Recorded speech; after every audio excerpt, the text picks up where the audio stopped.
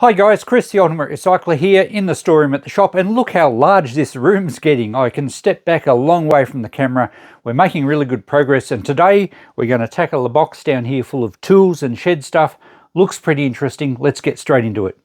I think this is episode 38 and we're making really fast headway now. We'll get that box done today, and then we've got this shelf unit to go, and we'll get into those milk crates and we will tackle those manuals. I keep saying that. We'll get to them because I'm pretty excited about what's in there. Let's have a look through this crate. We'll take it through to the counter, and Fossick in it for treasures. Well, there's a brass plate here too, and I do remember that leaning up against the side. That's pretty interesting. We'll take that through as well. Oh, I was a younger man when I put this box in there. That's heavy. Now, this plaque, that's the back of it. It's especially interesting and perhaps a little bit creepy if your name was John William Beauchamp. I think that's how you say it. It's a memorial plaque. Rest in peace. And no, I did not steal this from a cemetery. It's, if you look closely down the bottom, it says sample. So that's really cool. Poor old fictitious John William Beauchamp. Died 24th of January 1989, and he was missed by nobody because he didn't exist, but perhaps there is someone called that, so a bit creepy there maybe. Now this is solid brass, and it says sample on the back, and I don't know, I guess I can sell it. I mean, because it says sample, there's no worries about it being stolen or anything. I'm going to weigh it and see what it actually is worth just for scrap brass, but I'm going to put it in the shop. It'll be pretty cool. Someone will like it in their shed. Perhaps someone with that surname. Maybe they won't. All right, we'll weigh that up later, but that's, I don't even remember where that came from. This box is very heavy. It's full of shed stuff. There's some kitchen things in here as well.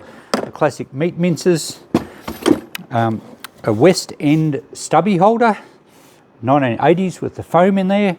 They're actually collectible now. Not worth a lot, but someone will put it in their bar. There are all sorts of bits and pieces in here, mostly shed stuff. I'll alter the camera and we'll unpack it. Okay, let's make some room. Geez, that's certainly a heavy box lot. There's got to be some decent metal in the bottom. These meat mincers are quite heavy. This is a Pope one. It's got the clamp because quite often they're broken or missing part of them, particularly the little piece that fits up under the bench sometimes goes missing. It's got the cutter on the end there. Sometimes they have a few different sizes. The wing nut, it's all complete. It's nice and clean. They sell pretty well, but I've got to keep them fairly cheap these days to move them quick, or they sit here for too long. I think I'll probably put 20 on that one. Might go 25. It is a really good clean example, but I don't get much more for them than that, usually a bit less. Here we have a little vulcanizing clamp, and you may remember in a recent episode we actually had some of the vulcanizing patches which are light, and I was explaining how cool they are to light, and the shed smells of gunpowder and all that. And I've got a few at home we're going to test one day on camera. But that one, these are actually collectible in their own right. There's no brand on that one, and that's designed to clamp the patch onto the tube, normally a bicycle tube for this size. Probably do a car tube, I guess. Might get $10 because it's complete and usable. A couple of bicycle pumps. Now, Bluemel's, I believe, was a pretty good brand. The rubber inside that little inserts gun, it's very hard, so that won't be much good. Oh, they still look like they're going to work. Yeah, still pumps air. And you can get the little nozzles to blow up your football or your basketball to screw into them as well. Oh, that one's a bit tight. That one's not as good. And again, that's a bit more flexible. Same brand. Look, I'm not going to really worry. I think I'll put them out in the wheelbarrow I put out the front for $2 each. I'm not going to worry asking much for those. I think we'll get 5 for our West End stubby holder. Now, there's a container here with lots of little bits in. We'll get to that a little bit later. Perhaps we'll get some weight out of this box so I can move it around. A brass blowtorch. These were a Kero pressure torch. They pump up. The seals always go. They've got leather seals. You can buy them or you could make seals for them, but that won't pump up any pressure like that. But this has got the pressure relief screw. Sometimes they're missing. The filler cap. It's not in bad condition. They usually have a bracket over the top to actually rest a soldering iron, so the copper tip rests in the flame and you can do your soldering. So that one's perhaps missing, and I reckon that's a little bit bent on top, might have fallen off the bench. I'm not going to polish it up or anything, I'll just brush the cobwebs off it and probably put 15. It is missing a part because you can see that the bracket there's got a hole through it, so it would have had a bracket going up over the top. Might just be 10, that one. Now we have a huge O-ring. Now that's rubber, it's perished and no good. These were used for joining large, I think cast iron water pipes. I don't think they were used in the earthenware ones, I think they were used in cast iron. That's no good. Plumbing fitting there, I think I'll take the brass bung out of it. Oh, it's actually a filter. So I could probably sell that as a filter fitting. Might put $5 on it. We wouldn't get $5 for the brass. Here we have an oil stone in a timber box. They usually have fine one side and coarse the other for sharpening chisels and everything. Now, I don't know if the lid for the box is in here. Might get $5 for it. Oh, here's some weight. Now this, I think, is a magnet off an early Magneto. Let's see if it actually sticks to metal. It does, yes. Not very strong, but that's a magnet from a pretty early Magneto off an engine for generating spark. Or, yeah, I think it's a bit large for a dynamo type magneto in perhaps an early telephone. I think it's probably from an ignition magneto. Should be worth something, I'll have to check that out. A block of wood, and that's a row lock for sticking an oar through when you're rowing your boat. At this stage it looks like we've only got one, so it looks like we're going to be rowing our boat in circles. As they say, do you think I've only got one oar in the water? KBC, this is a bean slicer. Actually a bit rusty on the blades, but complete. And they used to sell quite well. I think we'd probably get 10 for that. A little box here, which is an interesting box. L. Belkind, manufacturing jeweler and importer, Box Hill. So that's a pretty old box. Presumably it was something to do with jewellery, possibly a clock originally, but I don't think it is now. No, we have little bits of plumber's solder. So they've used the solder sticks down to the last little bit and they've put all their dregs in a box. We could possibly melt them and pour them into a mould and make a fresh stick. I've got a whole bucket full of plumber's soldering bits and pieces at home. I'm not sure if I'd be able to sell them as lead. I think they're 50% lead, 50% tin from memory, or 60-40. But I'll tip them in with my scrap ones at home. Who knows, one day I might make up a mould and pour some fresh sticks because they're pretty expensive to buy. I don't know what that is. A part of something. I was thinking an axle from a bike wheel, but no, it's not. It's too long. Nail file. We have all sorts of stuff in here. Lawnmower blades. Okay, these are aftermarket ones. Binorm was I think they still sell aftermarket lawnmower stuff. These suit a Victor lawnmower, so they will sell. I don't have a Victor lawnmower at home that I'm going to use them on. Oh, actually I have a couple to fix up. Probably should take those home. Oh, and here we have the bolt set to suit. So that's good. All right, let's get further into here. We have some nail pincers. They're pretty rugged. The hinge is quite worn. And they've broken off the little thing at the back. I reckon they're not good enough to get 5. I think we'll put them in the $2 box. A rubber seal, that's a plumbing seal for the back of a toilet, where the water comes through and that rubber's gone hard, so that will be rubbish. Screwdriver, another one of these things. Yeah, not sure what they were. I have a box for screwdrivers at just $1 each, although that's an older Sid Chrome one. Still, it's Australian made Sid Chrome, I might get 5 for that. That's a nice wooden spirit level. It appears to have the bubbles in it. Yeah, both the bubbles are there, they're not broken. Sometimes they have a nice brass plate on the top. This one just looks to be a steel plate. Perhaps it's brass, but the timber, it looks very weathered. I think we'll just put 5 on that. They're pretty common, the old timber spirit level, so common that we actually have another one here. And this one has the bubble in the top. Sorry, I went off screen there. This is a nicer one. It has got a brass plate there. It's Marples, Sheffield, England, and it's quite heavy, this one. I don't know what the timber is, but I think we'd probably get 10 for that without any problems. I could clean it up and get more, but I don't have the time. A little concreting trowel, that's not good enough to be any more than $2. Bicycle spanner, $2. Just a block of wood. Firewood pile. Here we have a hoe head for hoeing weeds. It looks like it's branded in a few spots. British make, 1977. I would have thought it'd be older than that. And it's branded on the other side. But it's pretty beaten up on the tip here. You can sharpen them up with a grinder, of course. Fit them to a new handle and it'd be a good tool still. They're probably very good quality steel. I don't know if 1977 was a date. I think it's older than that. It might be a model number or something. I think just in the $2 box for now, or the wheelbarrow that I have $2 things in. Same with this wood saw. Interestingly, someone's put one of those little zigzag press-in joiners to hold the handle together. Doesn't look like the handle is split, but because it's sticking out both sides, that would be awfully difficult on your hand. So that's in the $2 one. Same with this little coping saw, just in the $2 box. Some miniature hedge trimmers. They're cool. It's like, look, my hedge trimmers, I left them out in the cold and they shrank.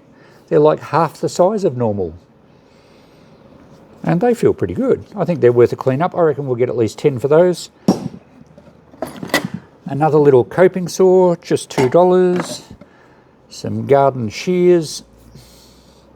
They look okay. They're a bit, they might be a bit blunt. We'll just put $2. I'm happy to move these on quickly. A big timber rasp or wood rasp. That feels pretty sharp. And they're very expensive to buy. But again, oh look, we might put 5 on that. I think we'll get 5 for that one. All right, little, what are these, feeler gauges? And if you don't know what feeler gauges are, there's a whole array of bits of metal of different thicknesses. And they're normally, these older ones would be in thousandths of an inch. So we've got 15 thou, usually down to about 2 thou. And when we're talking 2,000ths of an inch, they're quite floppy, very thin. But they're for setting tappets on engines and stuff like that. That's actually a pretty good set. Sometimes the little thin ones get torn or damaged. I think we'll give them a quick clean up. We'll get 5 for those. Little garden trowel there, $2. We get lots of these drill braces. That one looks pretty rough. We'll get $2 for that. We're going to top up the $2 wheelbarrow. A little funnel. Yeah, probably just 2. I'll get more if I cleaned it up, but I'm keen to move stuff quickly. A large, this is a podger bar. Very handy. They're usually very good quality steel for lining up bolt holes with that end. You've got a levering bar this end. Handy for getting flywheels off engines and that sort of stuff. I think I'll take that one home. I have got 1 or 2 of them, but they are handy. I'll probably have 10 on that. Hopefully, it probably would be branded. A large round file, or I think these are called a rat tail file. It doesn't look in too bad a condition either, but we might just put that in the $2 box. A smaller wood rasp. A little specialised tool for something. I'm not sure what that one's for. In the $2 box again. Another levering bar here. This one has been a bit beaten up on that end. Yeah, I don't know that I need that one. We might just put that in the $2 box as well. More screwdrivers, a little socket wrench for a spark plug or tube socket. A little spanner here. It's a Sid Chrome one. Doesn't look anything special though. A hollow punch for, I will take that one home. It looks pretty good around the edge. Therefore, they're particularly handy when you're making gaskets, and that's a good size for tapping on the gasket material and it cuts a hole through it. So we might take that one home too. A little garden weeder scraper thing, a small coal chisel. So lots of $2 items here. They'll probably sell pretty quickly because it's pretty cheap. A lot of this is probably pretty good quality stuff. That's a Davidat adjustable or pliers. What are they called? Channel lock pliers. And the jaws look a bit worn. We might get 5 for those. That'd be handy little pliers. I don't exactly know what that is. It looks like it's a part of something, but not sure. A little hex ratchet drive. Is it a ratchet? I don't think it is. Yeah, it is. It's a ratchet drive, hex ratchet drive for something. I don't have anything that it drives here. Another, oh, that file looks pretty good. I can feel how sharp they are. So they would still file very well. Actually, I'll take that one home because that's a good size one. Now we have a few more little punches here, pin punches. I might, oh, there's another little hollow punch. I might take that one home again too. But all these, that one's been ground down as a center punch. I'm just going to put all the punches in one lot, and we might get $5 to $10 for them, depends how many we get. A little socket driver there. Another nail file. A screwdriver insert. I don't think we have the handle for that. Small screwdriver. Small Phillips head jeweler's screwdriver. And a couple of bits of chain in the bottom.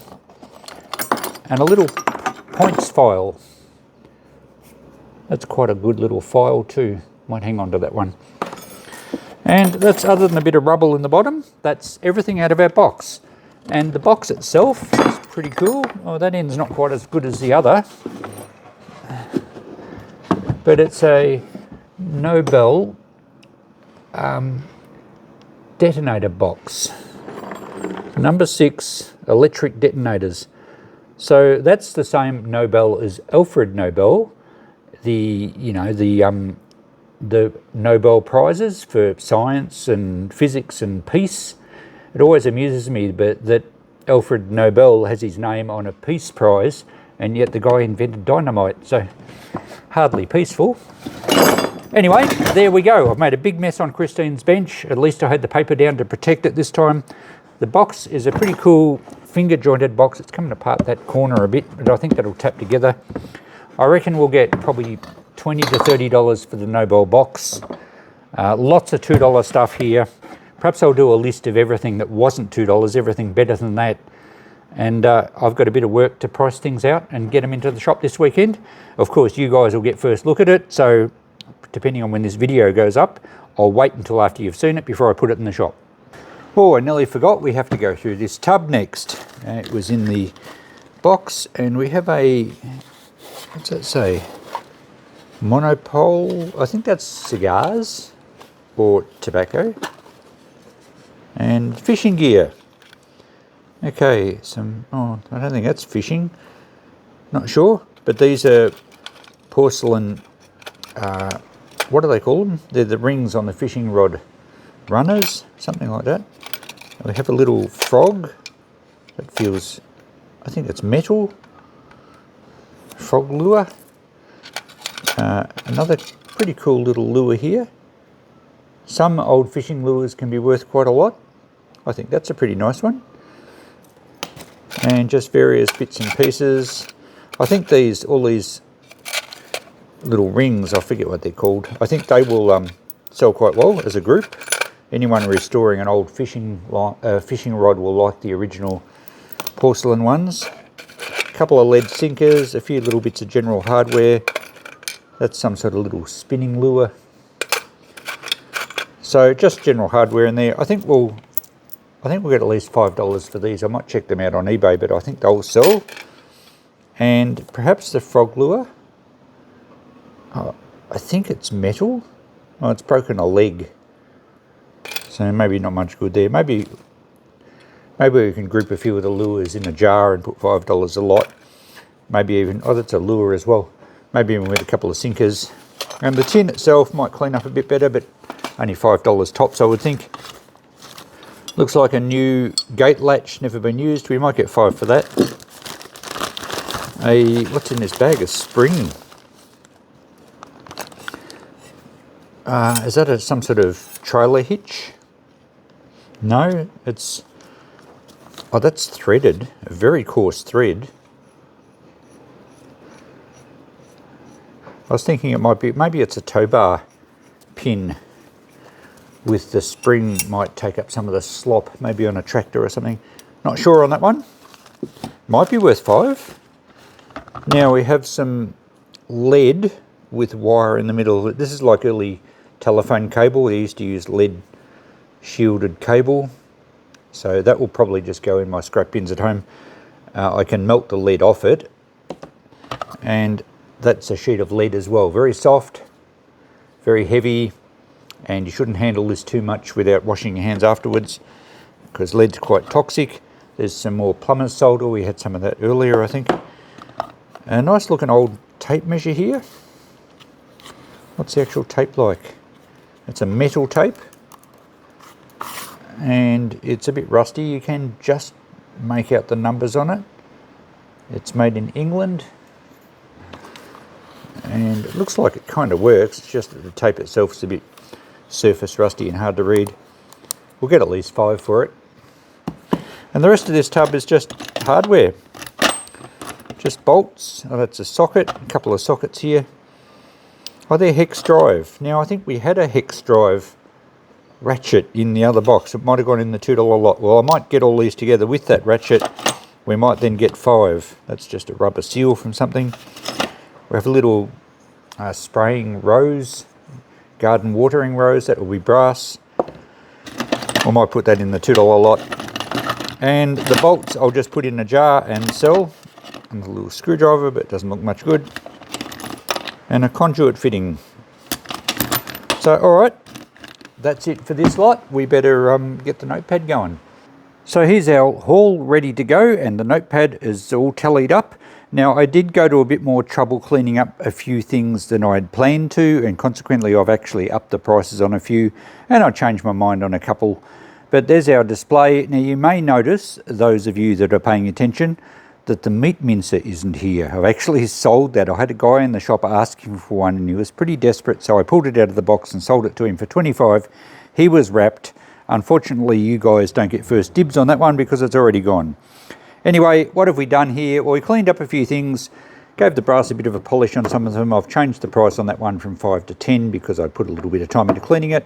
Same with the spirit levels. This one's nicely marked on the top and it's quite a nice brass top. The other one's brass as well. I didn't polish it as much, but that one's a very good spirit level. I've gone for 20 bucks on that one. I think $10 on that one. So there's a bit more than what I said initially. The fishing gear I've just put into little jars there at $5 each. Didn't polish up the blowtorch. Did give the tin a bit of a clean. It looks a little bit more presentable now. We'll get only 5 for that. I upped that one to 10. I found some on eBay that sold for 20. This thing isn't a drawbar pin. Apparently it's something to do with like a jackhammer, I think, like a pavement breaker, I think I called it, saw it referred to. And these are a side bolt mechanism to absorb the rigours of using a concrete breaker. So that's apparently what it is. It's hardened steel. I put $5 on it. Someone will certainly be able to repurpose it. What else have we got here? The oil stone I was going to leave in the $2 box, but it cleaned up nicely, and they're pretty expensive to buy, so I've just put 5 on that. It'll sell quickly. Most of my prices are designed for stuff to sell pretty much straight away. A lot of it does. The interesting, valuable item out of this lot is the sample memorial plaque. Now the thing weighs 4 kilograms. It's pretty thick. 4 kilograms of scrap brass at the moment, from the price from my scrapyard, is almost $45. It's about $11 a kilo for brass at the moment. This is clean. It possibly is even red brass. It's got a bit of an orangey tint to it. Might be classed as bronze. But $45 just for scrap. I'm going to ask $60. It should still sell fairly quickly at that. If it's still here at the end, I'll just send it for scrap, but I reckon someone will grab it. I thought I'd try 5 on the little ratchet, even though I don't actually have... Oh, the sockets aren't here. I think I was going to try 5 for the sockets. Don't have the actual little drive part that goes in there for that to match up to the sockets. I'll group those punches and the cold chisel together for 10 a lot. But if I put them in the $2 box, you know, there's $8. So it's really neither here nor there with some of this stuff. I included a little SIG chrome spanner because this is actually Whitworth one. We'll get 5 for that pretty easily. So there we go. Nothing outstanding. Well, the brass plaque was probably the best. But the total, $310. Not that we're really doing totals in this series, but it's interesting to see what comes out of a box lot where you think, oh, that's just all junk, and it's incredible how it adds up. Now, we've probably got 20 odd items at $2 each, so say another $40, plus I'm taking a few bits home, so a very valuable box lot. Some good stock for the shop, and some things for home, and another bit of space made in the storeroom. So thanks for coming along once again, guys. We're really churning through this room. I'm enjoying the fact that you guys are just as excited as I am to actually get this empty. We're hearing a little bit of an echo, which is always pretty cool. A few of you suggested that I take this cupboard home when it's empty because it's such a cool old cupboard. It's very strong, it's very heavy. Don't worry, I had planned to. It'll have a great use in my shed for good organized storage, keeping things safe. So we'll take that home when we're finished with it. It is actually bolted to the wall. I didn't want it to fall over with 35 ton of books in it. We'll get this shelf finished very shortly. We should whip through that pretty quickly. Next episode, I'm going to go through a few manuals. I've got people asking for forward stuff. I have a bit of a strategy for marketing these manuals, a little bit different from the Nissan lot that I did. So I'll talk to you about that in the next episode. We won't do the whole cupboard in one hit, but we'll just get through a bulk of them and then we'll leave it for a while. We'll get back onto here. There's an army box in here, probably full of more tools. Who knows what else? We've got to get into those crates. There's more computer stuff. The laptops in the last episode, I've actually sold a few of them, including the nice IBM ThinkPad to a loyal subscriber. So that's going well. Moved a few of those. The rest will probably end up for scrap, but that's fine.